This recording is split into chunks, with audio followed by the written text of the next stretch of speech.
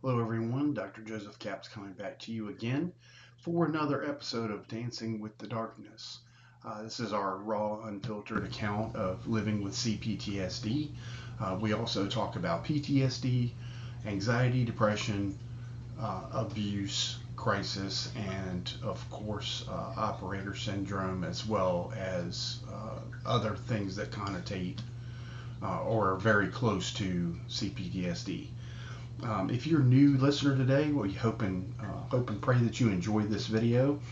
And if there's something that speaks to you, please like, share this video, subscribe. We come to you every week as a service, and we're trying to talk about things that don't get talked about enough. We're trying to work on educating the public, but not only. I want you to have a message of hope. I want you to know, as a CPTSD survivor myself, that you can absolutely get to a point where you don't just survive, but you can thrive. I share a lot about my own journey and how I got here, and what the total gift it is to be able to sit before you today, to be healed enough to do these videos and also to do our podcast weekly. If you're a return listener, thank you so much for tuning back in. It means so much to me that you tune into the channel. You're the reason why I keep doing this. And so I appreciate the comments, I appreciate the shares, the likes, and for subscribing. The only way that we grow, the only way that we get this out to the public to help more people is with your support. So thank you so much. We have talked about in several videos about misdiagnosis that happens to us as a result of having CPTSD, and I've kind of touched on it. And so we've had some comments and some questions through email and other forms of communication where people kind of want to delve into that a little bit deeper, because many of us with CPTSD have been through the gamut, depending on who you see, who you talk to. I have been through the gamut myself. I have been diagnosed with PTSD, which is partially accurate, but not for the right reasons. PTSD is generally associated with one traumatic event, and so they took one traumatic event from military service and kind of ran with that. But there's so many more layers based on my childhood journey and what I went through as a child and the developmental side. And so there's many layers. Another time I was diagnosed with generalized anxiety disorder. I have been diagnosed with bipolar disorder.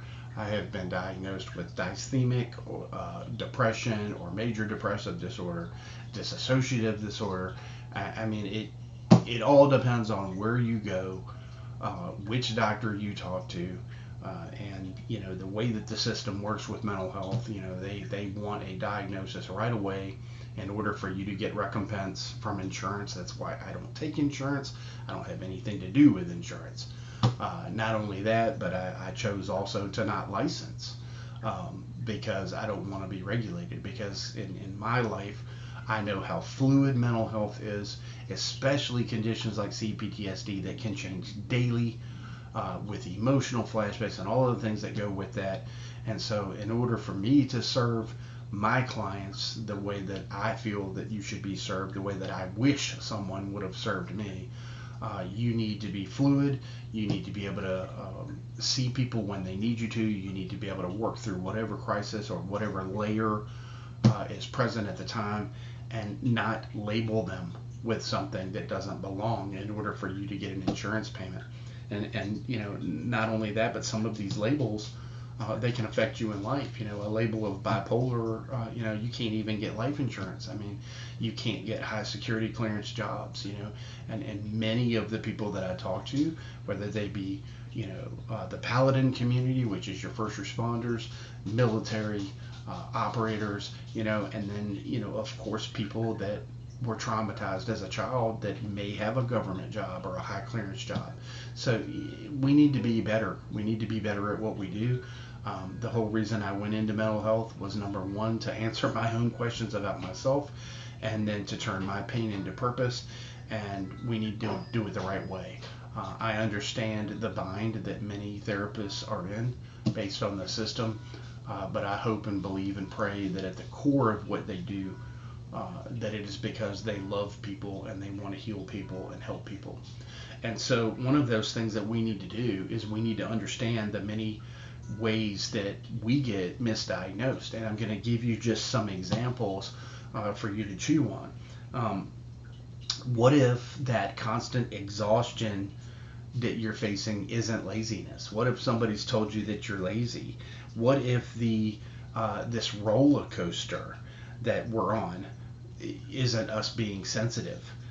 Many people walk through life feeling fundamentally broken, carrying diagnosis that, it might be diagnosis of anxiety or depression, and they don't ever quite fit. These diagnoses don't ever quite fit, okay? They're treating the symptoms, okay? We can treat the symptoms all day long of CPTSD, just like medically in the medical community, oftentimes, in Western medicine especially. What do? We treat symptoms. We don't look for the cause. When you look at Eastern nations, Ayurvedism, homeopathy, things like that, they're looking for the root cause of the illness and trying to treat that, not the symptoms that come from it. And this is how we really need to be working with mental health. And that's why I created my protocol. That's why I do the things that I do, because I want to know the root cause all the way from birth of, who you are. How did you get here? Why do you do the things that you do? And it's based on many, many things. It's based on many things that I measure in my complex trauma profiling system, because we're going to go to the root cause and build up from there. We're not going to treat symptoms. And that's what, I wish somebody would have done for me 30, 40 years ago. I really do. And that's why I do what I do. So, many of us have carried, misdiagnosis, or we're treating the symptoms of anxiety and depression. A lot of times that entails pharmacology. I'm not 100% against pharmacology, especially psychopharmacology, if it's a true chemical imbalance and we can prove that by biomarker testing, lots of different ways. Now we have genetic testing that shows us if people are more sensitive to certain things than others based on their epigenesis from their parents. Let's be more well-rounded in our testing and what we're doing when we're treating clients, okay? I don't prescribe, and I can't prescribe, and I'm glad that I don't, but I am very well versed on the medications because I want to know what they're doing and what the indicators are for my clients, okay? And this is what any good therapist should be doing. They should be understanding the symptoms you're being treated for and why. What are the indicators? What are we trying to eliminate? Okay. So many of us have gone through that, where we haven't really looked at the root cause. And the root cause is, quite frankly, it's a moral wound. That's why I share my faith, because the only way we can address a moral wound is to address the one that crafted us, which is God. And we have to kind of move from that outward. And once we get in tune with our moral wound and we get in touch with dealing with that moral part, the soul wound or the soul tears, whatever you want to call them, then we are able to believe in therapy, number one, and we are able to believe in the work that we need to do to heal. And this is how we begin to heal and thrive, because we believe and are passionate about what we're doing to get better, based on our fundamental belief that there is a higher power and he crafted us exactly how we're supposed to be, and that there's a plan, and that we can take this pain and turn it into unbelievable purpose. Mine being what I'm doing right now, helping whoever's listening on this video in some way, form, it doesn't matter. That is my blessing, and that is my honor and privilege if I can speak on anything that I've lived through and survived, and it's going to make you better, or just to inform you, whatever it takes to help you get better. Okay, so let's start with the first one that is very, very it's a pinnacle part of CPTSD, is that we have a distorted sense of self. Okay, so we're going to go over what that is, and then I'm going to tell you what the misdiagnosis of that distorted sense of self often is. Okay, so this isn't just low self-esteem. It is a deep, persistent feeling of being worthless, helpless, or fundamentally flawed. Okay, and this is because of our developmental trauma. And it's looking in the mirror. It's almost like you look in the mirror and you don't even recognize the person that you're looking at, that you're staring back at, or you may not even know who you are. This is why I start with that in therapy with my clients, is that we need to know who we are. Until we know who we are, we can't even begin to start healing. We have to know who we are. And when I say who we are, it starts all the way from, the genetics from our parents and from the soul that God put in our body in the womb. Okay? So that's where we start understanding who we are at the core. Okay? There is also this unspeakable deep shame that we carry, and we can't logically explain it. It's just there. It's like having a tumor attached to us, and we just can't get rid of it, or even a parasite that's just sucking off of us all the time. We don't necessarily know even at this point where the shame is even coming from. It just becomes part of our identity. Okay, and this is a result of long-term cumulative repetitive trauma, and that's just the way that it is. It's the way that our body, mind, and spirit have adapted to that, and this starts early in childhood most of the time. Our sense of who we are gets shattered early on in childhood before it even has a chance to form. Before we even have a chance to form an identity and understand who we are, it's already shattered. Okay, we've talked about this in past videos about all of the critical development that happens all the way up to the age of 7. And by the age of 7, the only thing that's really missing at that point oftentimes is our prefrontal cortex coming on board, which is much later, and our sense of right from wrong. But we already have our temperament. We've pretty much developed a personality. We've developed our attachment, our emotional intelligence or maturity versus not having that. There's some critical points of our identity that have already been shattered and just formed in a dysfunctional way early in childhood. Okay, and so we need to understand that, and we know from Dr. Gabor Mate and others that this starts in vitro. This starts in the womb. Okay, we talked about that in the last video. Once you're conceived, these things are already happening, and so we need to understand that. Okay, the messages that we've received from our environment were that we were a burden, that our needs didn't matter, and that we are to blame for whatever's happening in the world. This is when we start developing into fawning behavior, because we feel responsible for everybody else and their feelings and what makes them happy. And not only are we being neglected by our environment and lack of nurture from our environment, we're doing it to ourselves even at an early age. We are learning this mantra of the critic that we don't matter and our needs don't matter, and we carry that right into adulthood. A lot of times this gets diagnosed as chronic depression or dysthemic depression. Okay, depression is absolutely a part of what we deal with CPTSD, but it is not the diagnosis, the end-all be-all, because what happens, we get diagnosed with depression, major depressive disorder or whatever, and then we're put on medications, and the medications don't do anything but make things worse, and our depression doesn't go away because it's deep down at our core. It's not a pharmacological thing that can be solved. It's not even a thing that therapy alone can solve, because if we do therapy just for depression, we're not going to get anywhere. We're treating one of many symptoms of CPTSD. This feeling of worthlessness and shame that is attached to us with CPTSD is much different. We just have a core belief that we're inherently bad, and that we end up oftentimes apologizing for even existing in the world. And so this is not the same thing as depression. This is literally a slow, nagging voice that whispers inside of us, and it says, if people really knew you, they would leave. This isn't just a mood. It's like a deeply integrated blueprint of who we are. Okay, this is who we believe we are. This is how we've been developed.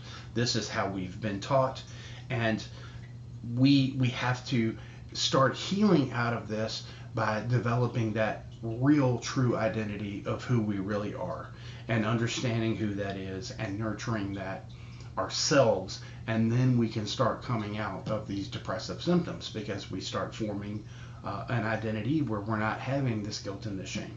So needless to say, many of these conditions, you could literally talk to the same therapist or psychologist on Monday as Friday, and you may present with totally different factors. Monday, I might, light up a Beck depression inventory like a Christmas tree. But Friday, I might have, 10 out of 10 on a GAD-7 and be diagnosed as generalized anxiety disorder. It depends on what's going on. Have I had emotional flashbacks? What's happened in my environment? Most of us are still in a toxic environment, right? We're still around either narcissistic people or abusive people, because this is our pattern. And so we're going to be very fluid with how we present with symptoms, and we need to go into the core of what CPTSD and really look at it, okay? And we've talked about this in videos too. This is why we call it complex CPTSD is complex post-traumatic stress disorder, because there's so many layers and so many bells and whistles to this condition. And so we need to understand that there's a lot there, and we have to uncover that, and we have to heal in layers, just like our trauma was done to us in layers, okay? We absolutely, another thing that we deal with 100% that we just touched on, we have a very hard time with emotional regulation, okay? Sometimes you feel like your emotions have a mind of their own, like they don't even match the circumstances. There's no logic or reason to why you're feeling certain things. One moment you're fine, and then the next moment you're engulfed by a wave of anger or sadness or even terror. And it feels completely out of proportion to what the situation is. And we don't understand that. We're like, why? Why am I feeling this way? Sometimes you may even feel the opposite of that, and you just may feel numb, like persistently numb, a sense of being detached from your own feelings and really from everybody else around you. You can absolutely go into that part of things too. I have run the gamut on this in my lifetime. I have felt all of these things many times over. It's not a one-time deal. It is, like I said, it's layers, and we have to heal in layers in order to thrive and turn these things into positives, which you absolutely can do. There is no hopelessness on this podcast or on this channel. You're never going to hear that, because there's always hope.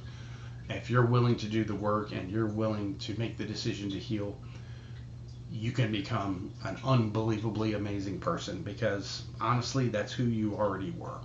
That's who you were. That's who God crafted you to be before the trauma changed you. And so, the real discovery of finding out who we are is quite amazing, because we are loving, caring, empathic individuals, but we're also extremely strong, extremely resilient, and capable of unbelievable things if we put our minds to it. Sometimes, when you're detached, like I was just talking about, it's almost like you're watching your own life behind a piece of glass. This emotional chaos is another hallmark of CPTSD, and it's because our nervous system from early on, it's been on high alert just for so long. It's forgotten how to find its baseline. This is one of the core things that we do in treatment, that I do with my clients, is we don't just do the traditional therapies like CBT and things of that nature. There's a lot of somatic work and a lot of polyvagal work, which you can look up. We'll probably talk about in some future videos, but we need to get in touch with our actual nervous system and learn how to regulate that and try to help our mind and body cooperate collectively in our healing. And a lot of times, um, when we are detached or we're having emotional dysregulation, and you go into a therapist's office and you give them this information, you're going to end up with a diagnosis of borderline personality disorder. This is a common one that we see with people that have CPTSD, and the other one is bipolar disorder. Okay, and both of these, if they're not 100% legitimate, these can be devastating labels to have on your life, because they affect a lot of things. You're not going to get high security jobs. You're not going to be able to, if you're a gun enthusiast, you get a diagnosis like this, you're not going to be able to own a firearm. The society is going to see you as unstable. The whole connotation of borderline in that title, you're going to be considered dangerous to yourself and to others. Okay. This is how society has painted this picture, which is unfair on both ends of the spectrum, because if you are borderline or you are bipolar, which there are thousands and thousands of legitimate cases of that, you need to be treated like a human being, like everyone else, and you need to get the proper treatment. And I think that a lot of this is bogus, how you're treated. You can't get life insurance and other things like that. I mean, but that's beyond my scope, and it's beyond my ability, and I've had to let go of that and give that to God, because each person deserves to be treated as a human being and treated as such as God would have us do. But this is something that we see very commonly, is a misdiagnosis of people with CPTSD. And once again, we're not going to get the proper treatment. We're not going to get the proper medication. And then on top of that, the very way that we feel about ourselves as not being good enough and being an outcast and all of these things now, societally, that label kind of puts that on us. Okay, that kind of separates us from others. Oh, well, that person's bipolar. Oh, that person's borderline. There's a stigmatism to it, and so it's actually going to worsen the feelings that we already have about ourselves with CPTSD. These emotional shifts that we have, they're absolutely directly tied to the trauma triggers.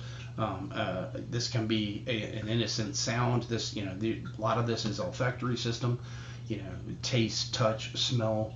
A lot of these things get triggered immediately through the olfactory system, and we have a reaction, and then our emotions or lack of emotions are tuned into that. It's a survival mechanism.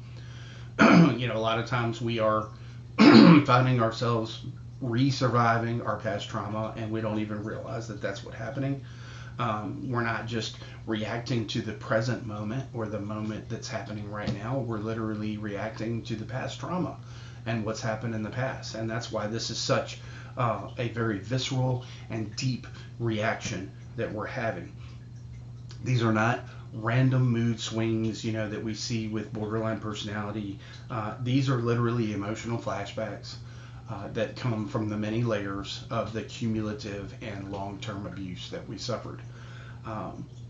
Understanding this distinction is really important, because it's the first step toward learning to soothe the heightened inner part that is still living in past danger. And that's really important.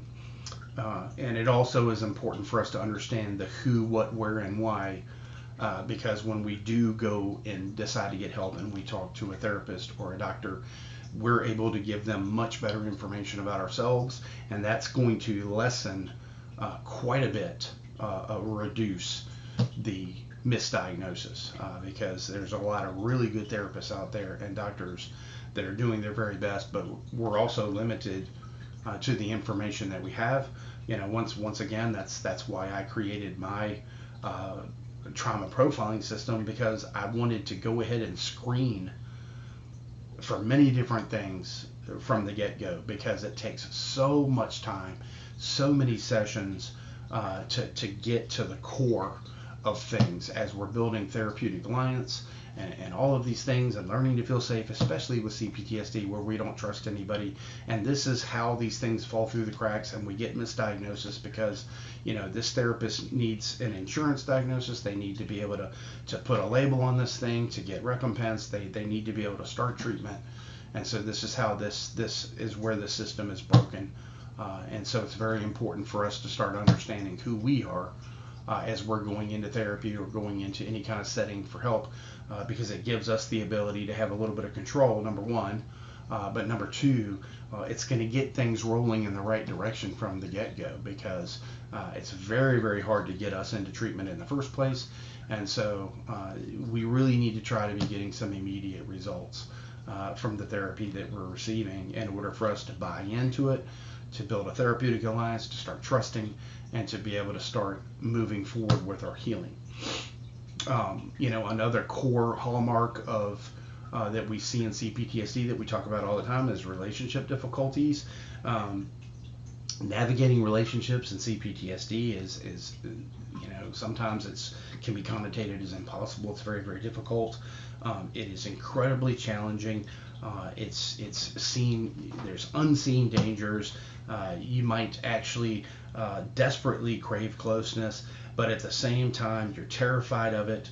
And this can manifest in different ways. You might find yourself drawn to chaotic or unhealthy relationships because they are familiar. This is what we're used to. So we unconsciously are recreating the dynamics of our dysfunctional childhood and the caregivers that abused us or mistreated us. We often see fawning behaviors or people pleasing, where we think that we need to abandon our own needs, our own things that we want, in order to concentrate 100% on making the other person happy, and putting ourselves to the curb. We see this a lot, and that's just not going to be a healthy relationship, because you're the very things that you desperately want, you're never going to receive in the relationship.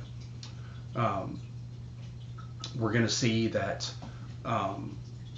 the only way that we feel that we can be safe and loved is by meeting all the expectations of this other person, and that's why we see so many individuals with CPTSD in relationships where they are more of a subordinate role to the relationship, and the other person tends to be a narcissist because it just fits like a glove. The narcissist needs supply to keep going, and we provide that supply by continually only worrying about their needs. So it becomes a dysfunctional, unhealthy relationship. Often we end up in the same abuse that we were in, and this continues on until there's a stop put to it. And once again, we need to know who we are to understand why we end up in relationships like this. So we often see that this gets misdiagnosed a lot of times. It can be misdiagnosed as social anxiety, or it can be misdiagnosed as avoidant personality disorder, because we abandon ourselves and we end up we even if we get into relationships that could be happy, we end up sabotaging them, or we constantly are looking for the other shoe to drop, or we are constantly looking for the other person to do something wrong. We're like literally seeking it and looking for it because that's our expectation. And so when we go into a therapist's office and we start talking about these things, it fits very well into that box of social anxiety or avoidant personality disorder. And so that happens. There's the fear of connection. This isn't just about social situations, it's a deep-seated fear of connection itself. And this is born from where the people who were supposed to protect you, they're the ones who hurt you. When your source of protection and nurture and getting your needs met is also your source of pain, there's no other way for us to develop but into a human being that has no certainty, and ends up in this environment. We see a tremendous amount, and we talk about this, chronic physical issues. And it's because the constant stress, the constant high allostatic load, the constant strain on our nervous system is going to cause physical symptoms. It's just the way that it works. It's the physiological connection. It causes inflammation. It causes autoimmune.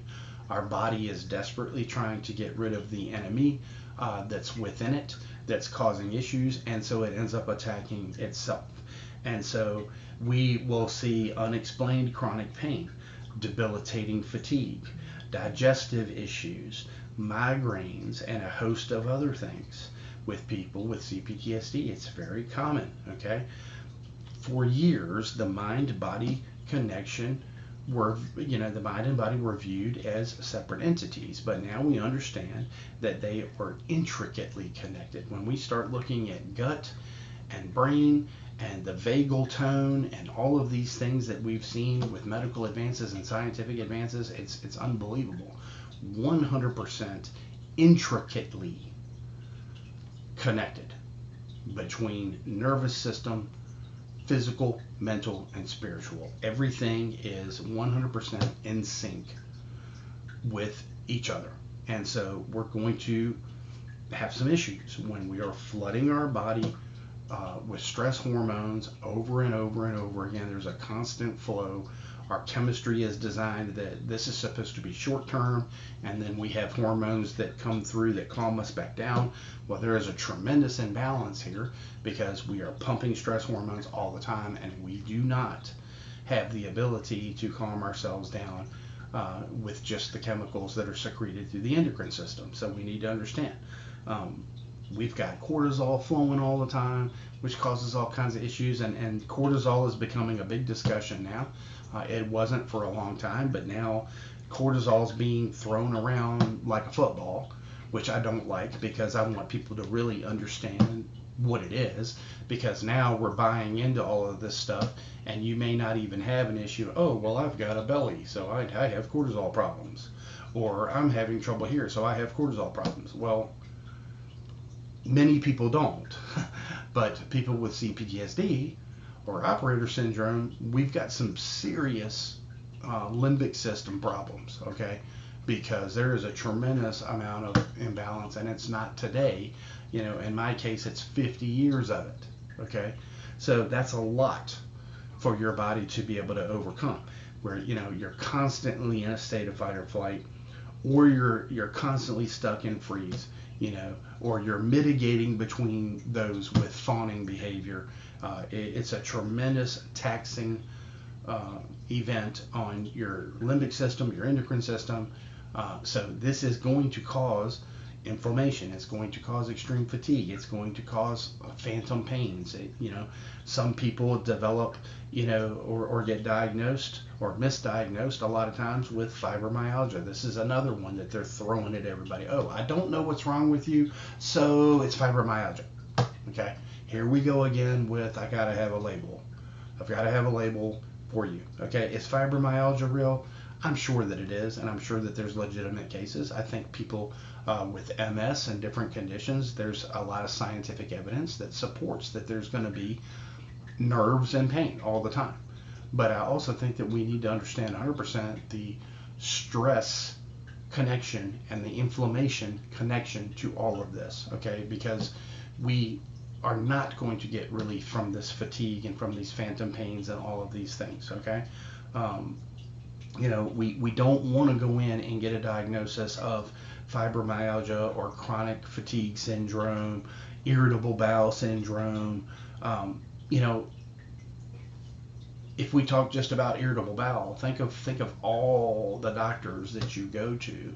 You spend years trying to get your bowels right, okay? And then that may develop into them saying you have colitis or that you have Crohn's disease.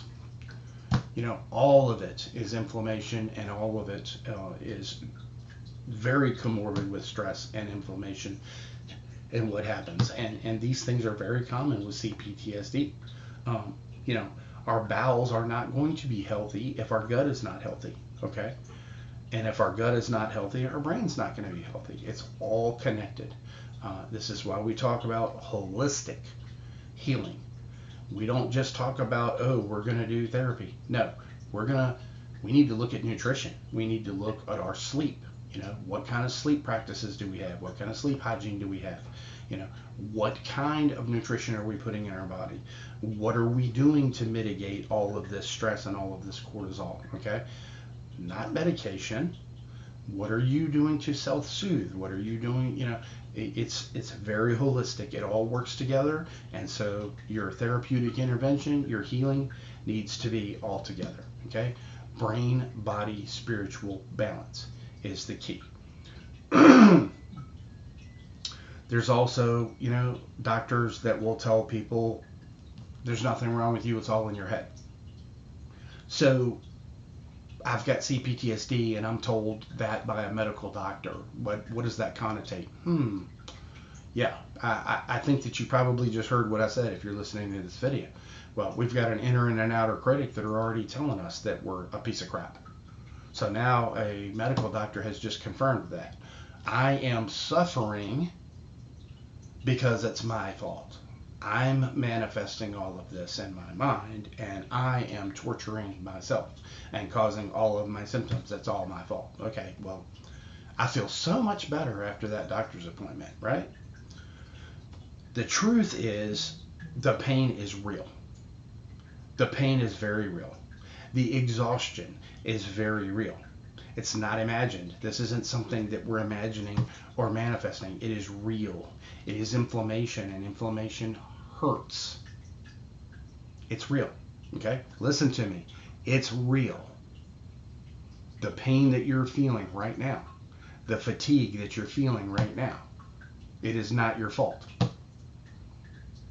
Let go of that shame. Let go of that guilt. Let go of that processed bullcrap that the medical community has put on us. Okay? Because your pain and your fatigue is real. And we acknowledge it's real, then we can acknowledge that getting better from it and recovering from it and healing is real. Okay? Dancing with the darkness. Okay? We can't have a light without a dark. There has to be a balance. That's what I'm talking about. Okay? This is our body's way of literally screaming at us that it is carrying a burden that it can no longer carry. And I have talked about this many times over with people that, hey, I was doing fine until I turned 40, or I was doing fine until I turned 50. Well, we're aging. Our body is changing. Our chemistry is changing. And just like physically, maybe in my 20s, I could go hump a 75-pound pack for 15 miles. I'm going to have a hell of a time at 50 doing that. Not because I don't have it here, but because my body is just not going to be able to handle that. And if I do force myself to do that, which that's what we do with CPTSD, you think I'm not going to have some severe fatigue and some severe pain? Okay? It's very, very real. So our body is literally screaming at us that it can't deal with this burden anymore, and it's screaming at us in the language of pain. This is how it's trying to get our attention. Okay? So it's not about finding a new diagnosis. It's about understanding the story of survival. We also have a loss or system of loss of meanings, okay? So a loss of a system of meanings. This is one of the most subtle yet devastating symptoms of CPTSD. It can be a loss of faith or a sense of despair that provides our entire outlook on life. Okay, it's like a hopelessness that can set in. The beliefs that once you gave your comfort or gave you comfort or a sense of order, maybe at one time, they're not around anymore. Okay, we start to understand or start to believe that good things only happen to good people. And that only good people have a purpose. And so based on our experiences, that's kind of shattered. Okay. We might feel a deep sense of hopelessness. Like I said, we might feel that nothing you do matters on this earth, and that the future is just a continuation. And I say Groundhog Day because of that famous movie with Bill Murray. This is how CPTSD can feel. It's like, I'm gonna go to bed feeling this way, and I'm gonna wake up feeling this way, and tomorrow is gonna be just like today was. Okay. And what does that look like? Okay, so I'm going to get up and I'm still going to self-loathe. I'm still going to have low self-esteem. People are going to treat me like crap. This is just my life. Okay, and so we get into that behavior, and we literally are living in a prison, or putting ourselves in a prison. Okay, and this is just a continuation of our painful past. It's unfortunately where we're comfortable. And it's hard to say that word, comfortable, in the midst of such traumatic circumstances, but this is where we are. And a lot of times this gets mistaken as what we call existential depression, or a spiritual crisis. This becomes our diagnosis, okay, because we need to be put in a box. But it is more than just a philosophical issue, okay? When trauma is inflicted by other people, especially over a long period, it can completely dismantle our faith in humanity. This is what I talk about a lot, is that we just gotta hang on and not lose our humanity, because once we lose our humanity, then the darkness wins. Okay, and it's very taxing, and it's very hard not to lose humanity, because our experiences with humanity are teaching us that humanity is there to hurt us. Okay, we may a lot of times we see people either lose or gain faith. It saddens me deeply when people lose faith, but I understand because you're not seeing things move, you're not seeing things happen. God works in his own time and in his own ways, and so a lot of times with that hopelessness, we lose our faith. We lose our faith in humanity. We lose our faith in anything being better. We can no longer reconcile the idea of a benevolent higher power, because of the cruelty that we're witnessing, not only with ourselves but in the world. We're seeing other people suffer as we have suffered and endured. It leaves you feeling adrift in the meaningless, like you're adrift in the meaningless universe. Okay, rebuilding the system of meaning is not about finding easy answers or platitudes. It's about the slow, difficult process of finding a new source of hope and peace. And this is why I share my faith, because I grew up in the system of faith, but I did not really receive faith until later on, and that was my turning point. Nothing was working, nothing was effective, nothing was helping for me until that happened. And a lot of times this happens by us connecting with others that understand, and they find meaning in the act of healing. This is the main reason that I found it was seeing other people like myself that were turning pain into purpose, and acknowledging that I could overcome. We also see a preoccupation with the abuser a lot of times. And so this starts getting into the diagnosis of codependency and stuff like that. And this isn't codependency. It is basically pattern behavior again. It is you fawning. It is you doing what you were taught to do and you were developed to do. We might even spend an enormous amount of mental and emotional energy thinking about the abuser, what they did, how they did it, why they did it. Okay, this can feel like you're trapped in a mental prison with the very person that abused you, and we see this a lot with CPTSD too. We desperately want to escape, but we find ourselves trapped into that. And once again, I have to iterate that this is why we need to know who we are. We have to know who we are. in order to get to a place where we can stop seeking understanding about the abuser. We can start understanding that they were a victim as well, and that they are a product of what happened to them. We can stop taking it as personal as we do and personalizing it, and we can start looking outside of that. And that is really, really important, so that we can get out of that mental prison, because literally we've invited that abuser right back into our home, right back into our life, and they continue to torment us until we come to terms with that. The preoccupation, with this is the mind's desperate attempt to regain a sense of control and to understand something that at its core is incomprehensible. It's the mind trying to solve an unsolvable puzzle. For a child who was dependent on an abuser for survival, that person was their entire world. So untangling your identity from that is a monumental task. Okay? This isn't a sign of weakness.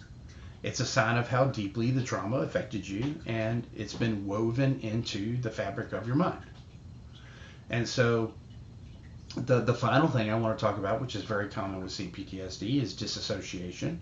And this is a coping mechanism.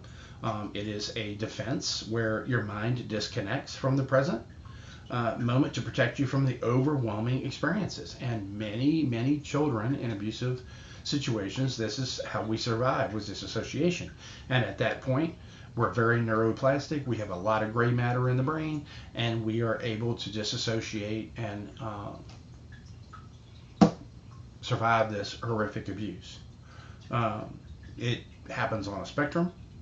On the milder end, it can be like, you're daydreaming or zoning out or feeling like you're on autopilot. You might drive home and have no memory of the journey. This happens to me a lot. It's like, where did the time go? How did that happen? Wow, okay. This happens a lot. On the extreme end, it can involve feeling distracted from your own body, or disconnected or detached from your own body and emotions. And it can feel like the world around you isn't real. This happens a lot too. I've seen people literally orchestrate and put together a fantasy world for themselves in order to survive. Like they live in a totally different world in their mind. This is how we survive.